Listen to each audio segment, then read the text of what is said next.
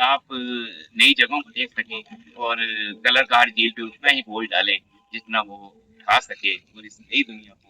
एक बिल्कुल अनछुई हुई कुदरती खूबसूरती कुदरती जन्नत को आप आबाद करें। सड़क यहाँ पर बन चुकी है और अब जरूरत है कि इस पर फर्दर सियाहती डेवलपमेंट हो। और मैं बाबर बादशाह ने आज से सदियों पहले यकीनन कभी ये नहीं सोचा होगा कि कभी उसके तख्त पे यासीन चौधरी का कब्जा होगा। मैं इस वक्त खड़ा हूँ तख्त बाबरी पे। यहाँ बैठकर बाबर ने जब इस झील का नजारा किया होगा और इस सारी जगह की खूबसूरती को, तो फिर उसने इसका जिक्र उसके बाबरी में भी किया है। आज इसी झील के मौजू के हवाले से मैं थोड़ी सी कुछ गुफ्तगू करना चाहूंगा। और पहले इस झील पर और फिर आपको चकवाल की एक और बहुत खूबसूरत मकाम पे लेके चलेंगे। और इस पूरी वीडियो को देखने के बाद आपको मेरे वो अगले ट्रैवल को भी इसमें शामिल करने के बाद फिर आपको समझ आ सकेगी कि मैं किस मौजू के ऊपर असल में बात करना चाह रहा हूँ और क्या चीज उजागर करना चाह रहा हूँ। कलर कहार झील की अगर हम बात करें तो आप इसको पंजाब में बल्कि पाकिस्तान में खूबसूरत झीलों में से यकीनन शुमार कर सकते हैं। और गाहे बगाए इस झील पर इसकी डेवलपमेंट, इसकी तरक्की, इसकी सफाई के हवाले से मुख्तलिफ अदवार में काफी इस पे काम होते रहे। आज से गालिबन शायद 25 साल हो ही गए होंगे जिस वक्त ये नाज़म डिस्ट्रिक्ट नाज़म और तमाम पंजाब में और पाकिस्तान में ये सिस्टम शुरू हुआ। मैं जनरल मुशर्रफ के दौरे हुकूमत की बात कर रहा हूँ। उस वक्त भी इस झील के ऊपर इसके गिर्द एक राउंड सड़क बनाने का मंसूबा आया, इसकी सफाई का मंसूबा आया। तो अब फिर कुछ पता चला है कि इस झील के डेवलपमेंट के हवाले से एक मेगा प्रोजेक्ट जो है वो आया है। डेवलपमेंट जो है वो किसी भी मुल्क की तरक्की और उसकी खुशहाली के लिए एक बुनियाद की हैसियत रखती है। तो इस बल्कि मैं ये कहूँगा कि जो मौजूदा दुनिया में तर्ज हुकूमत राइज है उसके लिए डेवलपमेंट एक नागज़ीर शय की हैसियत रखती है। तो इस झील पे अब जो डेवलपमेंट आई है वो एक बहुत ह्यूज एक एक डेवलपमेंट है। और उसको टूरिज्म को सामने, सियाहत को सामने रखते हुए सुना है कि उसपे एक सरकारी सतह पे काफी बड़ा प्रोजेक्ट लॉन्च किया जा रहा है। तो इस झील के हवाले से डेवलपमेंट के तो मैं भी हक में हूँ, कोई शक नहीं है। लेकिन कुछ चीजों को हमें जरूर अपने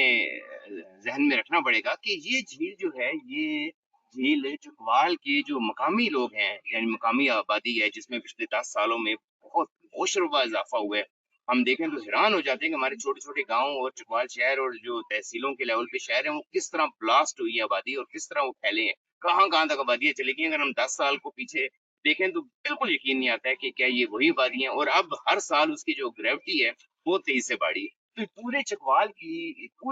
की आबादी का, बल्कि मैं कहूँगा चकवाल की सारी तहसीलों की आबादी का ये वाहिद पिकनिक पॉइंट है। हम हर वीकेंड पे देखते हैं कि यहाँ पर मकामी लोगों का जो रश है वो इतना ज्यादा हो जाता है कि कई दफा यहाँ ब्लॉकेज की सूरत हाल हो जाती है। मोटरसाइकिलें और खास तौर पे जो हमारे यूथ है माशाल्लाह जो कसीर तादाद में है, यूथ यहाँ पर बहुत ज्यादा आती है क्योंकि फिर अगेन यही कि हमारे पास ये एक ही स्पॉट है। और इस बिल्कुल अगर हम जैसे हमें वो इसका आखिरी सिरा नजर आ रहा है तो हमें यहाँ से भी हम देख सकते हैं कि जो मोटरवे इंटरचेंज है वो भी ऑलमोस्ट बिल्कुल झील के ऊपर है। ये कुछ टेक्निकल चीजें हैं यानी कि ओवर क्राउडिंग और रश और वो चीजें। और फिर हमने पिछले कुछ अरसे में बल्कि एक दफा तो हमने ये भी देखा कि यहाँ पे इतना बड़ा ट्रैफिक ब्लॉक हुआ है सारे एरिया में कि गालिबन सुना था कि शायद पिंडी से पुलिस बुला कर, ट्रैफिक पुलिस बुला के हमें हम पूरी रात लगा के उसको, उस जो चौक हो गया था उसको खोल सके। तो अब इन चीजों को अगर इस जगह को मजीद बड़ी अट्रैक्शन में तब्दील किया जाता है तो ये भी हमें थोड़ा सा ध्यान में रखना होगा क्योंकि ये झील बिल्कुल आबादी के क्लस्टर के बिल्कुल बीच में है, इसकी चारों तरफ आबादी है। तो हमें इसकी सड़कें खुली करने के लिए मोटरवे के इंटरचेंज को हमें रिव्यू करना पड़ेगा। इन तमाम चीजों को मेरा ख्याल है कि हमें जरूर ध्यान में रखना पड़ेगा। और खास तौर पे हमारे जो त्योहार आते हैं, जो कौमी छुट्टियां आती हैं, उनमें हम यहाँ पर देखते हैं कि इतनी इतनी बाज़ दफा मुश्किल सूरत हाल हो जाती है। नो डाउट कि वो सूरत हाल हमारे नॉर्दर्न एरिया में सब जगहों पे होती है, लेकिन यहाँ पे लोकल प्रेशर जो है मैं उसकी बात कर रहा हूँ। तो बाहर से जो टूरिस्ट आते हैं डे टूर पे या देखने के लिए, तो वो अगर उनका उनके साथ आप कोई बात करें या डिस्कस करें तो वो नजर आता है कि वो यहाँ पे आके बस बोर होके, क्योंकि उस कंजेशन की वजह से उतर भी नहीं सकते हैं और इतना लोड लेने की इस झील में फिलहाल उस तरह कैपेसिटी भी नहीं है। तो ये जो जिस तरह जितनी बड़ी, जितने अच्छे और बेहतरीन लेवल के ऊपर जो डेवलपमेंट आ रही है, उसके साथ बहुत सी चीज़ों को ज़हन में रखना पड़ेगा। कुछ अर्सा पहले यहाँ पर एक सेमिनार हुआ, गालिबन वो वर्ल्ड बैंक का सेमिनार था, जिसमें हमारे कुछ फ्रांसीसी कंसल्टेंट भी थे और कुछ फॉरेनर्स भी थे। यहीं पर हुआ था वो, उसमें इत्तेफाक से मुझे भी आने का उसमें मौका मिला। वहां पर भी वो भी किसी बड़ी डेवलपमेंट के हवाले से झील पर बात हो रही थी, तो मैंने फिर जब मुझे थोड़ा सा वक्त मिला तो मैंने कहा कि क्या आपने इस पे डाटा एनालिसिस किया हुआ है कि यहाँ पे ऑलरेडी कितना टूरिस्ट आता है और क्या ये वो उसका लोड ले सकती है, और क्या हमें इसके अलावा अगर हमें कोई और नई जगह पे हम जाके वही डेवलपमेंट कर लें, क्योंकि टूरिस्ट जो आपका आता है वो 300 400 लाहौर से आएगा, 300 किलोमीटर सफर करके आएगा, 250 किलोमीटर करके आएगा, सियालकोट से, पेशावर से, मुल्तान से, पिंडी से आएगा, 100 किलोमीटर करके आएगा इस्लामाबाद से। तो ये सारी सराउंडिंग का एक चकवाल एक बहुत बड़ा एक सेंटर बनता है, बहुत बड़े आबादी के क्लस्टर का पाकिस्तान के। मैं समझता हूँ कि 5-10 करोड़ आबादी यहाँ पर इसके सराउंडिंग में ऐसी है जो वन डे टूर पे चकवाल आ सकती है, और ये बहुत बड़ी सियासी अट्रैक्शन है चकवाल की सरजमीन। मेरा ख्याल है कि हमें इस डेवलपमेंट से पहले थोड़ा सा यहाँ के जो इंफ्रास्ट्रक्चर है, स्पेशली जो रोड्स की कैपेसिटी है, जो सराउंडिंग की आबादी है, और जो मोटरवे का इंटरचेंज है, उसको हमें जरूर अपने उसे हमें रिव्यू करना चाहिए। टूरिस्ट तो घूमने के लिए आता है, चकवाल के सराउंडिंग में बहुत अच्छी जगह है, तो अगर हम फर्ज के 20 30 40 किलोमीटर आगे जाके इससे बड़ी, इससे खूबसूरत वो इलाके को डेवलप कर दें, यही डेवलपमेंट जो यहाँ है, तो टूरिस्ट के लिए तो वो कोई इशू नहीं है, बल्कि वो तो चकवाल का एक और जबरदस्त इलाका एक्सप्लोर कर लेगा और 20 30 किलोमीटर और आगे चला जाएगा। लेकिन वहां पे अगर उसको आइसोलेशन मिलती है, खुली जगह मिलती है, तो वो एक बहुत अच्छा इमेज लेके जाएगा, और वो बहुत ज्यादा एक, मैं समझता हूँ कि सियाहत के फरोग में भी बड़ा अहम किरदार होगा। तो मैंने देखा है कि लोग ज्यादातर, क्योंकि मेरे कई दोस्त अहबाब जो इस्लामाबाद लाहौर से पिछले गुज़श्त सालों में आए चले गए, तो उन्होंने कहा यार हम तो कलर कार बड़ा जबरदस्त समझ के आए, हमारा था कि हम कोई रात भी रुकेंगे या डे स्पेंड करेंगे, तो बड़ी यार रश था, उतर नहीं सके, फंस गए, फैमिली इस तरह हुई, तो बहुत ज्यादा वहाँ पे मोटरसाइकिल्स का बहुत रश था। तो मेरा ख्याल है कि इस सब डाटे को हमें जरूर, हमारे जो डिपार्टमेंट इस पे काम कर रहे हैं उन्हें थोड़ा सा, और क्वाइट पॉसिबल कि उन्होंने इस पर काम किया भी हो, मेरा मकसद किसी किस्म की तनकीद नहीं है, ना ये है कि मैं कोई क्रिटिसाइज कर रहा हूँ कि नहीं ये नहीं होना, डेवलपमेंट ही होनी चाहिए, और डेवलपमेंट ही तरक्की है, उसी का राज है। और सियाहत में तो जब तक आप अच्छी फैसिलिटीज, अच्छी चीजें नहीं करेंगे तो सियाहत डेवलप नहीं होगी। तो जरूर कलरकार झील के ऊपर डेवलपमेंट करनी चाहिए, भरपूर करनी चाहिए, लेकिन कुछ चीजों को तनाजर में रख के कि अगर हम यहाँ इतनी बड़ी डेवलपमेंट कर जाते हैं कि यहाँ पे अब जो टूरिस्ट है वो एक बहुत बड़े लेवल पे यहाँ पे आ जाता है, और वो समझता है कि सेंटर पंजाब में ऐसी अट्रैक्शन और कहीं नहीं है, तो फिर यहाँ पे जो लोड है, शायद वो लोड जो है वो इस जगह की खूबसूरती को भी कहीं मांद ना कर दे, और फिर ये सारा जो एक एक पॉजिटिव टूरिज्म है, कहीं खुदा ना खास्ता उसकी जो टूरिस्ट की जो फीलिंग है वो किसी परेशानी में ना बदल जाए। तो हमें उसके बजाय इसको भी करना चाहिए, लेकिन हमें अगर कोई ह्यूज हम प्रोजेक्ट लाना चाहते हैं तो हमें चकवाल में कुछ और जगहों को जरूर कंसीडर करना चाहिए। अगेन मैं कह रहा हूँ कि अगर वो जगह यहाँ से 20 30 40 किलोमीटर है तो वो टूरिस्ट के लिए कोई इशू नहीं है, तो लोकल का लोड भी यहाँ पर कुछ कम होगा, और उन जगहों पे लोकल्स भी जाएंगे, क्योंकि हमारे अपने पास सिर्फ और सिर्फ ये एक पॉइंट है पूरे जिले की आवाम के पास, जहाँ पर वो हर वक्त या स्पेशली हर जुमा हफ्ता इतवार 3 दिन यहाँ पर जो एक रश की सूरत होती है वो यहाँ पे डेवलप हुई होती है। तो अब मैं चाहूंगा कि हम आपको उस सेकंड ऑप्शन की तरफ लेके चलें, जहाँ पे हमारे ख्याल में कि उसको भी हमें सियाहत के पॉइंट ऑफ व्यू से जरूर कंसीडर करना चाहिए, स्पेशली जो जितनी बड़ी डेवलपमेंट हम यहाँ पे ला रहे हैं उसका कुछ हिस्सा अगर हमारे जो अहबाब इख्तियार और अहबाब समझ हैं, जो विजन रखते हैं, अगर वो उसको भी थोड़ा सा कंसीडर करें। मेरा मकसद सिर्फ ये है कि एक और पॉइंट भी आपके साथ शेयर किया जाए कि अगर वो ऐसा, मैं तो उसको इससे कई गुना ज्यादा खूबसूरत, इजी एक्सेसिबल और सेहत के हवाले से बहुत ऊपर ग्रेड करता हूँ। तो अब चलते हैं, आपको वो लोकेशन भी दिखाते हैं, और फिर इसका जो टोटल सम अप है वो इंशाल्लाह उस खूबसूरत झील पर चल के आपके साथ करते हैं।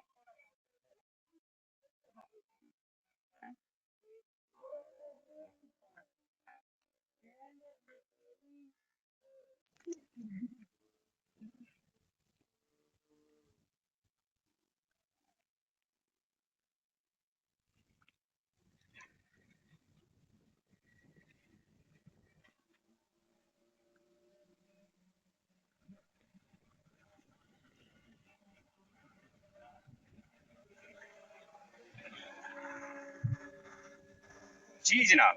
तो कलर कहार इंटरचेंज, मोटरवे इंटरचेंज कलर कहार, या आप कह लें कि कलर कहार झील से हमें यहाँ तक आने में मुश्किल 20 मिनट और 20 किलोमीटर का सफर करना पड़ा। लेकिन ये सफर नहीं था,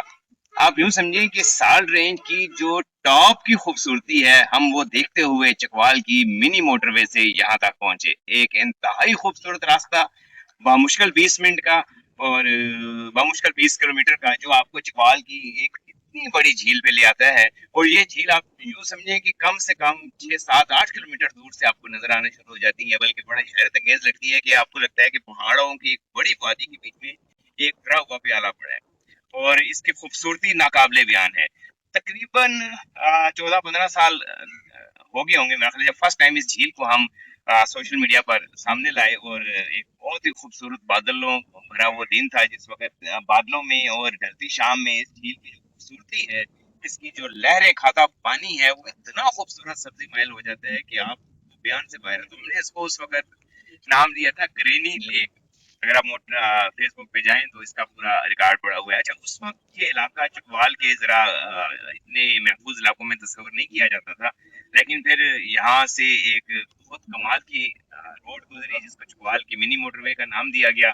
और जिसका क्रेडिट चकवाल के एक बहुत ही सदाबहार हमारे सियासतदान चकवाल के एमपी तनवीर असलम सेठी को जाता है। उन्होंने इस इलाके की डेवलपमेंट और इसकी खूबसूरती में बाकी आवाम की सहूलत को आसानियों को तो रखा, लेकिन मैं समझता हूँ कि उन्होंने कहीं ना कहीं इस इलाके के टूरिज्म को भी जरूर अपने ध्यान में रखकर, क्योंकि चकवाल की कई ऐसी खूबसूरत रस्ते जो उनके इस हल्के में मुख्तलिफ जगह पर बनाई गई, बिलाशुबा वो उसने सियाहत के भी नए रास्ते खोले। और ये इलाका उस इस एक खूबसूरत रोड को जो कि यहाँ से लीला इंटरचेंज पे चढ़ती है, आप यूं कह लें कि कलर कहार इंटरचेंज से लेकर पूरे साल्ट रेंज को क्रॉस करती हुई ये सड़क जो है ये लीला इंटरचेंज पे जाती है, जो डबल सड़क है, डबल रोड है, और बहुत खूबसूरत, बहुत ही खूबसूरत। बल्कि अगर आप इसको कश्मीर की खूबसूरत तरीन रोडों से कंपेयर करें तो ये किसी तरह कम नहीं है। तो तनवीर हसन सेठी साहब ने इस डेवलपमेंट को जब किया तो उसके बाद से इस इलाके की आप कह लें कि पूरी इसकी शक्ल ही तब्दील हो गई और लोगों का यहाँ आना जाना शुरू हो गया, और इसकी खूबसूरती में भी बहुत ज्यादा इजाफा हुआ। और दूसरा एक बहुत बड़ा इसका एडवांटेज ये भी हुआ कि खुदा ना खास्ता अगर कभी भी मोटरवे किसी वजह से अगर वो बंद हो जाती है तो ये एक बहुत बड़ा बादल रास्ता है जो यहाँ से आपको कलर कार पूरी साल रेंज गुजार के आपको दोबारा कलर कार मोटरवे पे पहुंचा देता है। तो खैर अब हम तो स्पेसिफिकली इसका कंपैरिजन करेंगे इस खूबसूरत झील का कलर कार झील के साथ। तो ये झील मॉडर्न गांव के मुकाम पर वाक़ है और मुकामी लोग इसे मॉडर्न लेक ही कहते हैं। ये एक गुमनाम झील थी बिल्कुल, फिर ये लोगों के सामने आई। हमने पिछले 10 सालों में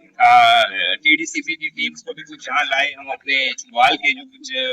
इनबाब सरवत हैं कुछ लोगों को, और हमने बड़ी कोशिश की पिछले 8-10 साल में कि इस झील के ऊपर कोई रिजॉर्ट डेवलप हो सके, कोई क्या कैंप या टेंट विलेज डेवलप हो सके। तो अनफॉर्चुनेटली अभी तक तो नहीं हुआ। तो अब हम इसको कंपेयर करते हैं कलर कहार झील से कि कलर कहार झील पे, जैसे मैंने भी थोड़ी देर पहले आपको बयान किया दस्ते बाबरी पे खड़े होके,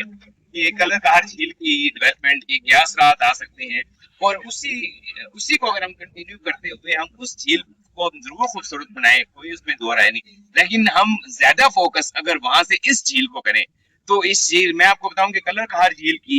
अगर हम सराउंडिंग को हमने आप कह लें ऐसे ही रफली मेजर किया तो कलर कहार झील की अगर आप कलर कहार चौक की बात करें वहां से लेके मोटरवे तक 1 किलोमीटर वो साइड बनी, फिर उससे लेके अगर आपने दूसरी तरफ की जुड़ाई जहाँ पे 1 किलोमीटर, और फिर अगर आप टीडीसी पे वाले होटल वाली साइड की सड़क की लंबाई को मैयर करें तो वो भी तकरीबन 1 किलोमीटर है। तो वो झील से वो जो मैश है वो झील से बहुत दूर है। मेरा ख्याल है कि शायद 800 मुरबा फुट अंदर 800 मुरबा मीटर अंदर जगह बच जाती होगी उस झील की, तो शायद वो इतनी हो। और इस झील की ये बिल्कुल इस झील के साथ अगर अख्तर भाई दिखा सकें तो इस झील के बिल्कुल साथ रोड है,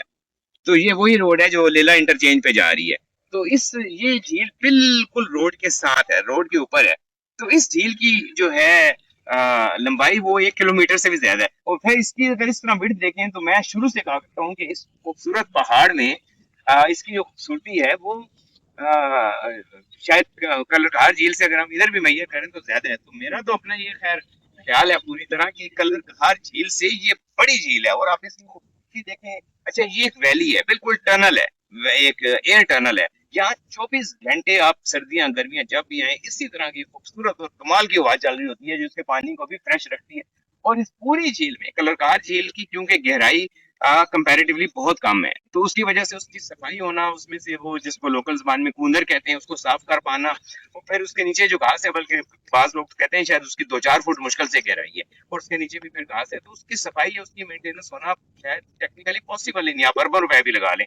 अच्छा, इस झील को अगर आप देखें तो इस पूरी झील में कहीं पर कोई कूंदर नहीं है, कोई उस तरह की घास का मामला नहीं है। इसकी खूबसूरती देखें, सामने अगर आप इसका पहाड़ देखें तो वो जो व्यू देता है, मैं नहीं समझता हूँ हमारी जो सून वैली में झीलें हैं,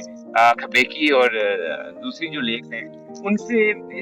इसको तो मैं बहुत ऊपर ग्रेड करूंगा, क्योंकि इसकी जो खूबसूरती है और फिर एक्सेस है मोटरवे से, वो बहुत जबरदस्त है। कलर कहार इंटरचेंज से मैंने कहा हार्डली आप 20 किलोमीटर कह लें, और यहाँ से अगर आप लीला इंटरचेंज करें तो वो भी मुश्किल से मेरा ख्याल है 20-22 किलोमीटर है। तो 2 इंटरचेंज इस झील को लगते हैं। अगर उस कंजेशन आ जाती है और उस झील के ऊपर इंटरचेंज पे, तो यहाँ से हमारे टूरिस्ट जो हैं वो आ सकते हैं। और दूसरा ये है कि ये इस झील की जो सराउंडिंग है, यहाँ कोई आबादी नहीं है, तो आपके पास यहाँ टूरिज्म को फैलाने के लिए, काम करने के लिए, ऐसा समझिए बिल्कुल एक एक जहान आप पड़ा हुआ है। अच्छा, फिर इस झील का अगर आप वो किनारा देखें जहाँ से झील में पानी दाखिल होता है, तो वो एक बहुत बड़ा लश ग्रीन, कैमरामैन अगर आपको उस तरफ दिखा सके, तो ये एक बहुत ही बड़ा एक लश ग्रीन एक बेड है, जो दूर दूर तक फैला हुआ है। और ये झील जब इसमें पानी ज्यादा आता है, तो इसका एरिया, वो भी एरिया इसमें हमने कवर देखा है। फिर ये है कि इसमें सारा साल इस झील में पानी मौजूद रहता है, और इसकी चारों तरफ खूबसूरत पहाड़ों का और घने दरख्तों का, और यहाँ का जो वेदर है, इसका भी कोई कंपैरिजन आप डायरेक्टली कलरकार झील के साथ नहीं कर सकते हैं। तो मैं ये समझता हूँ कि हमें जो हम डेवलपमेंट कलरकार झील पे करने जा रहे हैं, इसका वॉल्यूम, अगर हम उसमें एक तजवीज है, उस वॉल्यूम को अगर हम थोड़ा छोटा कर दें, और उसमें से हम बड़ा हिस्सा अगर इस झील पर ले आए, तो यहाँ पर हम पब्लिक प्राइवेट जो पार्टनरशिप है उनको हम इनिशिएट करने की कोशिश करें, और प्राइवेट सेक्टर को दावत दें, तो ये जो मतलब तनवीर असलम साहब की बनाई गई मिनी मोटरवे है, तो उसका हमें एक बहुत बड़ा फायदा और एडवांटेज हो सकता है। और यहाँ पे क्या कि हम टूरिज्म एक्टिविटीज कर सकते हैं, मेरा ख्याल है कि वो सबसे ज्यादा अहम चीज है। तो मेरा अपना अंदाजा ये है कि आप टूरिज्म की कोई भी एक्टिविटी सोच लें, वो यहाँ पर डेवलप करके हम बेहतरीन तरीके से कर सकते हैं। इसकी लंबाई इतनी ज्यादा है, यहाँ जबरदस्त किस्म की बोटिंग हो सकती है। इस झील में बड़ी कमाल की मछलियां पाई जाती हैं, बहुत बड़ी फिशिंग एक्टिविटी हम यहाँ पर अरेंज करवा सकते हैं। उसके अलावा ये जो सामने पहाड़ है, इसकी ऊंचाई बहुत ज्यादा है, बहुत ज्यादा। यहाँ से हमारा कैमरा तो उस तरह नहीं दिखा सक रहे, लेकिन अगर इसी हाइट के ऊपर टॉप पे जाया जाए और हाइट का अंदाजा करें, तो इसकी हाइट, इस पहाड़ की बुलंदी बहुत ज्यादा है। तो उस बुलंदी से अगर हम कोई चेयर लिफ्ट लगाएं, तो वो चेयर लिफ्ट शायद दुनिया के खूबसूरत तरीन और कमाल की चेयर लिफ्ट में होगी। उसकी रीजन ये है कि वो मुकम्मल चेयर लिफ्ट से बहुत बड़े पानी के ऊपर से गुजरने की उसकी फीलिंग है डेफिनेटली। उसके बाद ये है कि वो जो चेयर लिफ्ट होगी, वो आपको वहां से इस पूरी साल रेंज का जो व्यू करवाएगी, वो अगेन नाकाबिले बयान एक नजारा होगा। और इसी तरह जैसे मैंने कहा था कि यहाँ पे आप टेंट सिटी डेवलप कर सकते हैं, बड़े जबरदस्त किस्म के। और फिर यह कि जो सामने पहाड़ है, पूरे का पूरा ये कमाल का पहाड़ है, और बहुत पुराना, वैसे तो पूरी तरफ वैली है, तो उस तरफ हम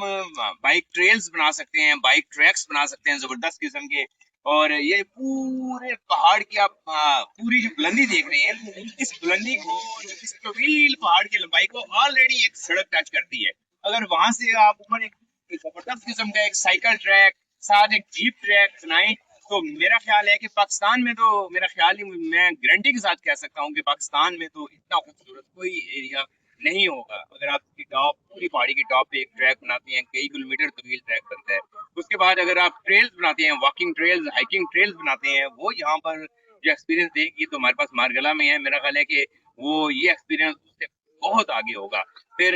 इसमें सर्वाइवल टूरिज्म की सारी एक्टिविटीज हो सकती हैं। और बहरहाल मेरा ख्याल है कि आप जितना जो गिनते जाएंगे, जो सोचते जाएंगे, वो एक्टिविटीज, चेयर लिफ्ट मैंने आपको बताया, पैराग्लाइडिंग अगर आप वहां से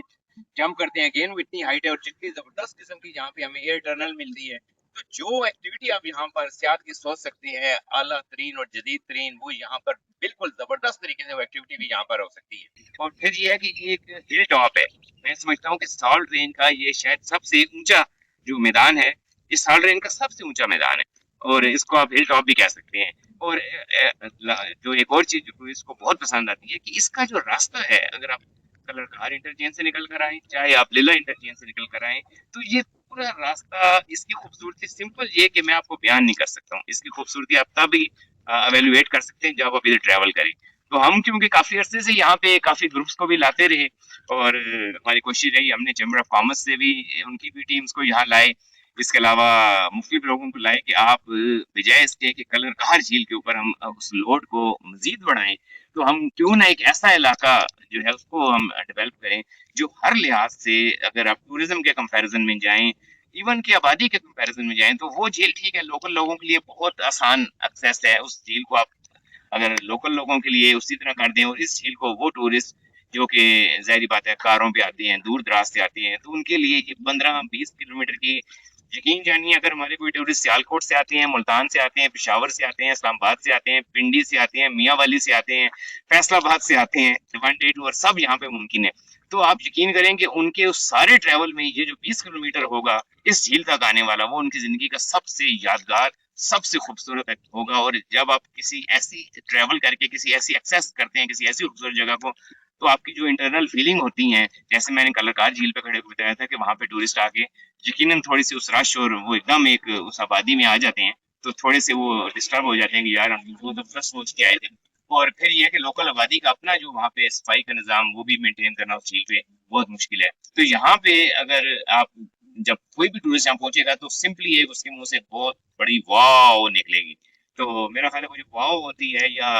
आप जब कुदरत को याद करते हुए माशाल्लाह का लफ्ज कहते हैं या सुभान अल्लाह कहते हैं, तो मैं समझता हूँ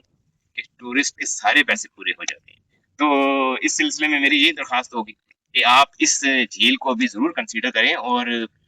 फिर लेटर ऑन अगर अल्लाह करे चकवाल में और सियाहत और पाकिस्तान में टूरिज्म फैले, तो चकवाल में ऐसे ऐसे छुपे हुए खूबसूरत पॉइंट्स हैं आबशारों के, झीलों के, कि जिनको अगर आप एक बाकायदा गवर्नमेंट थोड़ी सी प्राइवेट सेक्टर को उसमें इन्वॉल्व करे, तो मैं समझता हूँ कि पाकिस्तान में टूरिज्म का एक नया दौर और एक नया सिलसिला शुरू हो सकता है।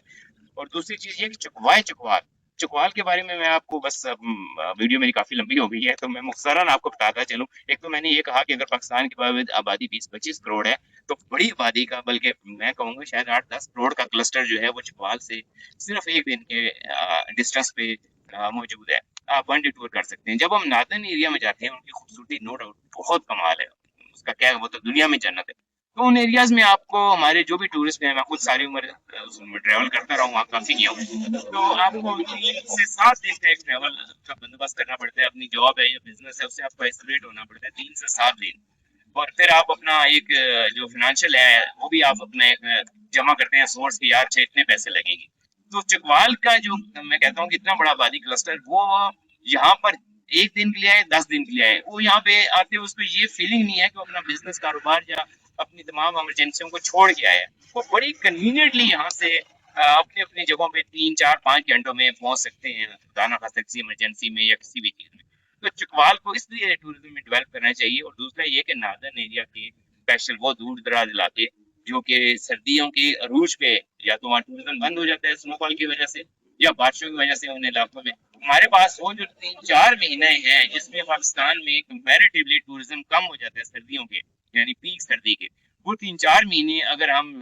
पूरे पाकिस्तान को, इवन कराची से भी लोगों को अगर हम फैसिलिटेट करें चकवाल में, तो मेरा ख्याल है कि पाकिस्तान का जो टूरिज्म है वो पूरा साल बिल्कुल बंद नहीं होगा। और उस अरसे में जो चकवाल की खूबसूरती और चकवाल का वेदर होता है वो कमाल का होता है। और इस साल तो अल्लाह का बड़ा जबरदस्त करम है जी, इस साल तो जो गर्मियां हैं, आज जून की 16 तारीख है, इस वक्त भी आप मुझे, आप यूं करेंगे, अगर मैं ठंड में बैठूं तो यहाँ जो हवा चल रही है वो मेरे बाजुओं में बड़ी ठंडी फील हो रही है। मैं धूप में खड़ा हूँ और 16 जून को, और दिन के 3 बजे तो आप अंदाजा करिए कि ये वेदर इस साल चकवाल का भी, हम अक्सर आप दोस्त कहते थे कि 7-8-10 साल बाद चकवाल का वेदर वापस लौटा है, कि अगर 2 दिन धूप पड़ी है तो जबरदस्त किस्म की बारिश और ठंडी हवाएं चल रही है। तो सारे ब्लॉग का मकसद ये था कि आप नई जगहों को देख सकें, और कलरकार झील पे उतना ही बोल डालें जितना वो उठा सके और इस नई दुनिया को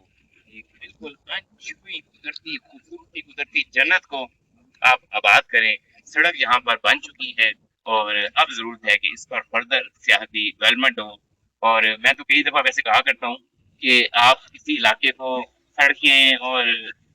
स्कूल और हॉस्पिटल्स भी जरूर दें, लेकिन अगर आप किसी इलाके को सिर्फ सियाहत दे दें, सिर्फ टूरिज्म दे दें, तो बाकी सब कुछ वहाँ खुद आ जाता है। आपका मार्टिन झील से खुदा हाफिज और आपका बहुत शुक्रिया।